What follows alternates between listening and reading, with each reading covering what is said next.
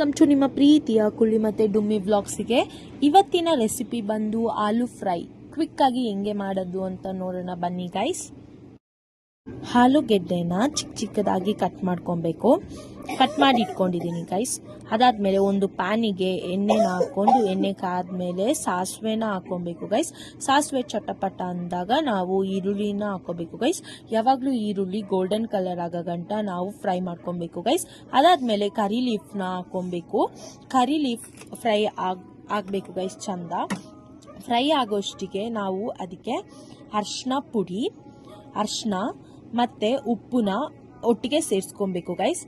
ಸೇರಿಸ್ಕೊಂಡು ಅದು ಫ್ರೈ ಆಗೋ ಗಂಟ ಮತ್ತೆ ಖಾರದ ಪುಡಿನೂ ಸಹ ಗೈಸ್. ಅದು ಫ್ರೈ ಆಗೋ ಗಂಟ ನಮ್ಮಮ್ಮ ನೋಡಿ ಗೈಸ್ ಇನ್ನೊಂದು ಪಲ್ಯ ಮಾಡ್ತಿದ್ದಾರೆ ಬೀನ್ಸ್ದು. ಮತ್ತೆ ಅದು ಫ್ರೈ ಆದಮೇಲೆ ನಾವು ಕಟ್ ಮಾಡಿರೋ ಚಿಕ್ಕ ಚಿಕ್ಕ ಆಲೂಗೆಡ್ಡೆನ ಹಾಕೊಳ್ಳೋಣ ಗೈಸ್. ಆಲೂಗೆಡ್ಡೆನ ಹಾಕ್ಕೊಂಡು ಅದನ್ನ ಮಿಕ್ಸ್ ಮಾಡ್ಕೋಬೇಕು ಗೈಸ್. ಚಂದ ಮಿಕ್ಸ್ ಮಾಡಿ ಒಂದು ತಟ್ಟೆನ ಇಟ್ಟು ಅದನ್ನ ಕ್ಲೋಸ್ ಮಾಡಿ ಬೇಯಕ್ಕೆ ಇಡಬೇಕು ಗೈಸ್. ಪಕ್ಕದಲ್ಲಿ ನಮ್ಮಮ್ಮ ಟೇಸ್ಟ್ ನೋಡು ಅಂತ ಕರಿತಿದ್ದಾರೆ ಗೈಸ್. ಅದಾಗಿದೆ, ಆಲೂ ಫ್ರೈ ರೆಡಿ ಆಗಿರುತ್ತೆ ಗೈಸ್. ಈ ವಿಡಿಯೋ ಮತ್ತು ಈ ರೆಸಿಪಿ ನಿಮಗೆ ಇಷ್ಟ ಆಗಿದ್ದರೆ ಲೈಕ್ ಮಾಡಿ, ಶೇರ್ ಮಾಡಿ, ಹಂಗೆ ಕಮೆಂಟ್ ಮಾಡಿ. ನೆಕ್ಸ್ಟ್ ರೆಸಿಪಿ ಜೊತೆ ಸಿಗ್ತೀನಿ. Bye guys.